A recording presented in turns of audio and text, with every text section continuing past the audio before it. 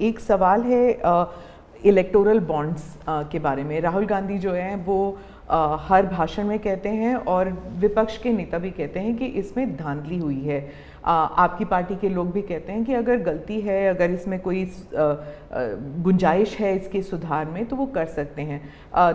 क्या ये गलत फैसला था इलेक्टोरल बॉन्ड्स का? पहली बात है कि हमारे देश में लंबे अरसे से चर्चा चली है कि चुनावों में काला धन एक बहुत बड़ा खतरनाक खेल हो रहा है।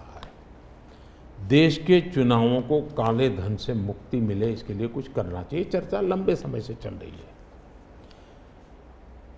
चुनाव में खर्च तो होता ही होता है, कोई इनकार नहीं कर सकता है। मेरी पार्टी भी करती है, सब पार्टियां करती है, कैंडिडेट भी करते हैं, और पैसे लोगों से लेने पड़ते हैं, सब पार्टियां लेती हैं। मैं चाहता था कि हम कुछ कोशिश करें कि इस काले धन से हमारे चुनाव को कैसे मुक्ति मिले, ट्रांसपेरेंसी कैसे आए। एक प्रामाणिक पवित्र विचार मेरे मन में था। रास्ते खोज रहे थे, एक छोटा सा रास्ता मिला, वही पूर्ण है। वैसे हमने उस समय भी क्लेम नहीं किया था, पार्लियामेंट में डिबेट में सबने उसको सराहा भी था। आज जो लोग उलट पुलट बोल रहे हैं उन्होंने सराहा था, पार्लियामेंट डिबेट देख लीजिए। हमने कैसे कैसे काम किया, जैसे 1000 और 2000 के नोट खत्म कर दिए। चुनाव में वही बड़े बड़ी मात्रा में ट्रैवलिंग करते हैं, क्यों कि ये काला धन खत्म हो। हमने सुप्रीम कोर्ट ने कहा था कि 20,000 रुपये तक पॉलिटिकल पार्टियां कैश ले सकती हैं। मैंने कानून बनाकर, नियम बना करके 20,000 को 2,500 कर दिया। क्यों? क्योंकि मैं नहीं चाहता था कि ये कैश वाला कारोबार चले। फिर मैंने कहा है कि इलेक्टोरल बॉन्ड, कि जो पार्टी अपना सीक्रेसी मेंटेन करना चाहती है। होता था क्या, जैसे हम पहले बीजेपी में चेक से पैसा लेंगे तय किया, तो सब व्यापारी लोग हमें आकर के कहें साहब हम चेक से दे ही नहीं सकते। हमने कहा क्यों नहीं दे सकते?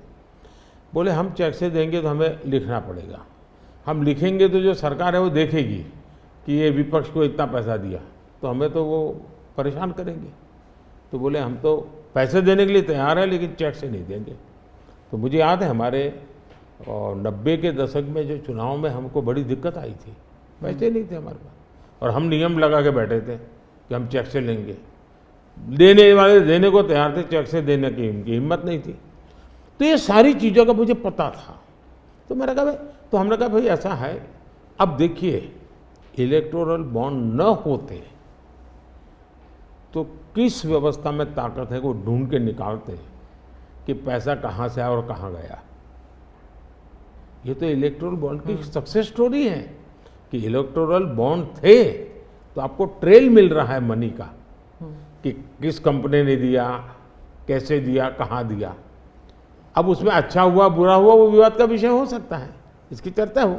मुझे जो चिंता है वो, मैं ये कभी नहीं कहता हूँ निर्णय में कोई कमी नहीं होती है। निर्णय तो चर्चा कर सीखते हैं, सुधारते हैं, इसमें भी सुधार के लिए बहुत संभावना है। लेकिन आज हम पूरी तरह काले धन की तरफ देश को धकेल दिया है, और इसलिए मैं कहता हूँ सब लोग पछताएंगे। जब बाद में ईमानदारी से सोचेंगे सब लोग पछताएंगे। अब देखिए इलेक्टोरल बॉन्ड का भी विशेषता देखिए कैसा झूठ चल रहा है। कुल देश में 3000 कंपनियों ने इलेक्टोरल बॉन्ड दिए हैं। उसमें 3000 में 26 कंपनियां ऐसी हैं जिन पर कार्रवाई हुई है। ये कहते हैं ना ईडी वीडी टिकना फला, 3000 डोनर है, उसमें सिर्फ 26, और उनमें से 16 कंपनियां ऐसी थी छापा जब लगा उस समय बॉन्ड खरीदा। कोई जोड़ सकता है इसको, अगर बॉन्ड खरीदा, लोग ये जोड़ रहे हैं, उसकी विशेषता ये है कि ये जो 16 कंपनियों ने बॉन्ड खरीदा उसमें से 37 पैसा अमाउंट बीजेपी को डोनेशन में मिली। 37, 63% बीजेपी के विरोधी पार्टियों को मिली। अगर पूरे जोड़े जाएं तो। हाँ, मैं ये 16 कंपनी जिसका ईडी सीबीआई कोई न कोई उस समय एक्शन भी हुआ और बॉन्ड भी निकला। 37% अमाउंट बीजेपी ने, 63 ऑपोजिशन को। क्या ईडी रेड करे और ऑपोजिशन को डोनेशन देने का कार्यक्रम वर्क करे? क्या बीजेपी ऐसा करेगी?